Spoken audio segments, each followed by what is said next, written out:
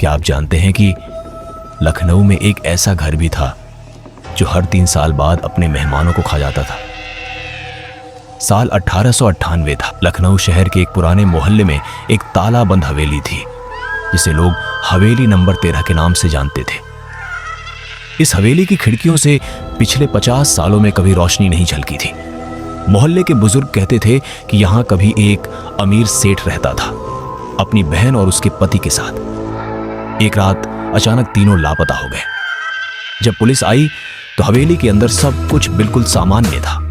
खाना मेज पर ठंडा पड़ा था, जैसे वे खाते खाते उठ गए हो। लेकिन तीनों का कहीं कोई निशान नहीं था। सिर्फ एक चीज दिल दहला देने वाली थी। बेसमेंट की सीढ़ियां खून से भीगी हुई थी। पुलिस ने हर कोना छान मारा लेकिन कोई लाश नहीं मिली। आखिरकार केस बंद कर दिया गया और हवेली फिर से ताला बंद कर दी गई। इसके बाद अफवाहें फैलने लगी। लोग कहते थे कि हर 3 साल बाद इस घर से एक साथ 3 चीखें सुनाई देती हैं।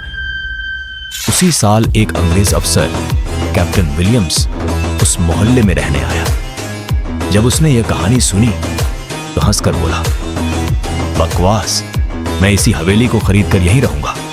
मोहल्ले वालों ने मना किया लेकिन वह नहीं माना। अपनी पत्नी मार्गरेट और नौकर इब्राहिम के साथ उसने हवेली नंबर 13 में रहना शुरू कर दिया। पहला हफ्ता बिल्कुल ठीक गुजरा।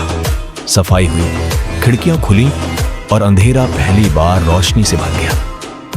मोहल्ले वालों को लगा कि शायद ये सब सिर्फ डर की बातें थीं। लेकिन 8वें दिन रात को इब्राहिम ने बेसमेंट से अजीब आवाज सुनी, जैसे कोई भारी चीज घसीटी जा रही हो।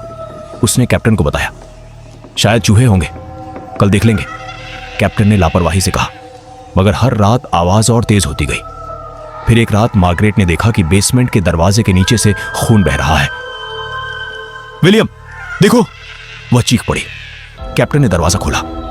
बेसमेंट अंधेरा था लेकिन नीचे से हल्की हल्की सिसकियों की आवाज आ रही थी, जैसे कोई रो रहा हो। कौन है वहां? कैप्टन ने पुकारा। कोई जवाब नहीं आया। कैप्टन ने इब्राहिम को बुलाया। दोनों लालटेन लेकर नीचे उतरे।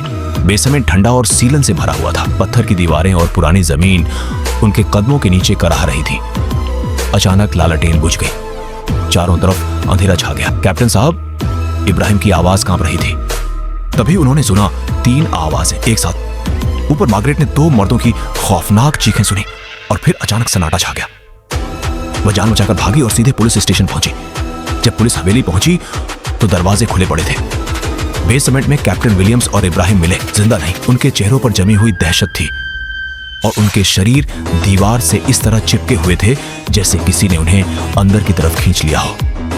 खुदाई करवाई गई। नीचे 3 पुरानी लाशें मिली, उसी सेठ, उसकी बहन और उसके पति की।